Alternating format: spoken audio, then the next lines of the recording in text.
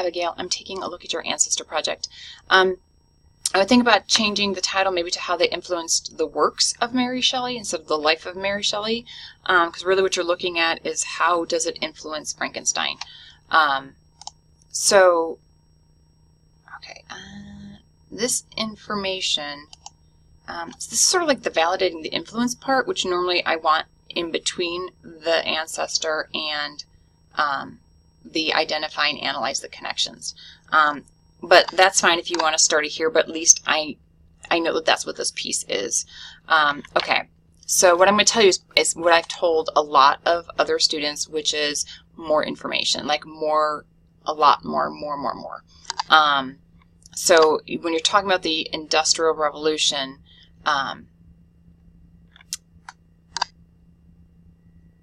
you have windmills, water wheels were once a source of energy, were traded in for use of fossil fuels, coal, etc.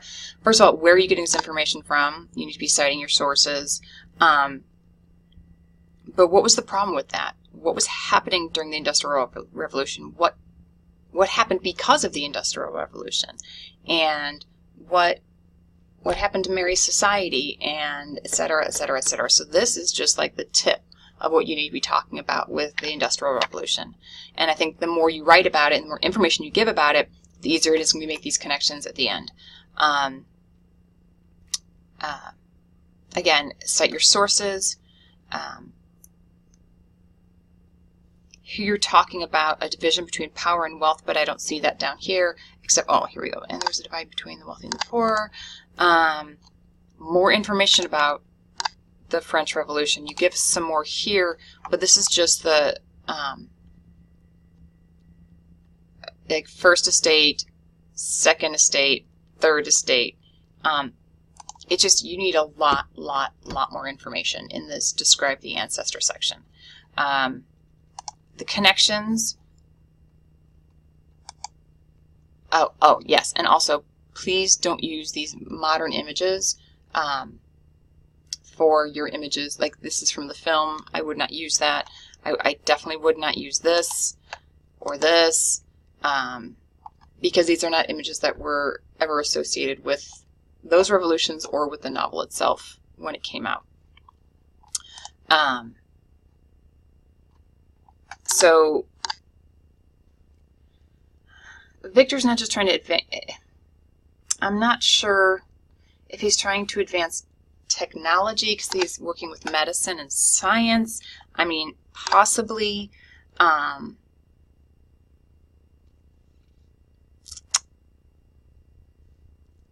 I would. Okay, so let me just look at the three that you have.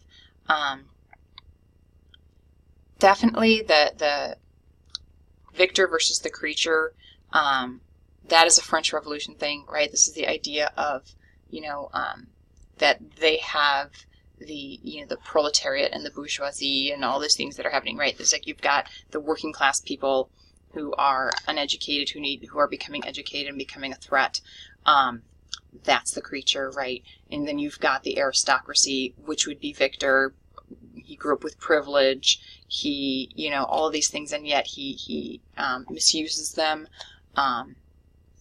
There's a lot that you can do with the French Revolution and the idea of, you know, the poor and working classes, and then the aristocracy, looking at the creature and Victor. And there's a lot other things happening where they talk about education, and if these people were educated, and it's the education of these people that really make them a threat. And once the creature is educated, he becomes even more of a threat to Victor, right? So, I mean, there's lots of things happening there. You need to pull very specific things out of the text.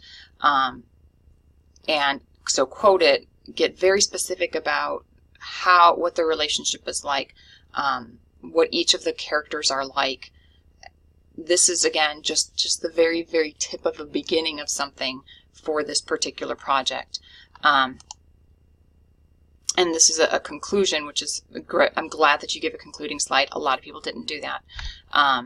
But there needs to be a whole lot more here. This section, this identify and analyze the connections, is the biggest part of this project. And it needs to be developed a lot more. If you want to talk about the Industrial Revolution, again, the idea of the Industrial Revolution is very similar to the French Revolution.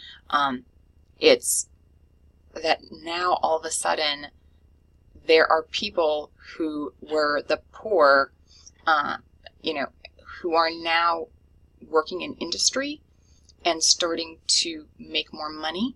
And there are some people who were not aristocracy, right? Who were not the upper class, who are really savvy businessmen, who are making a lot of money, and now they rival. They're starting to rival the aristocracy, and that's problematic. But there's a lot going on with the Industrial Revolution beyond the technology of it. Though I agree, it's the idea that Victor, using science, using unnatural things, creates something that gets out of control. And he didn't think about the consequences before he started. And that can be part of it as well. But again, a lot more specific passages, specific information, a lot more support from outside sources, more explanation, more analysis, etc., etc.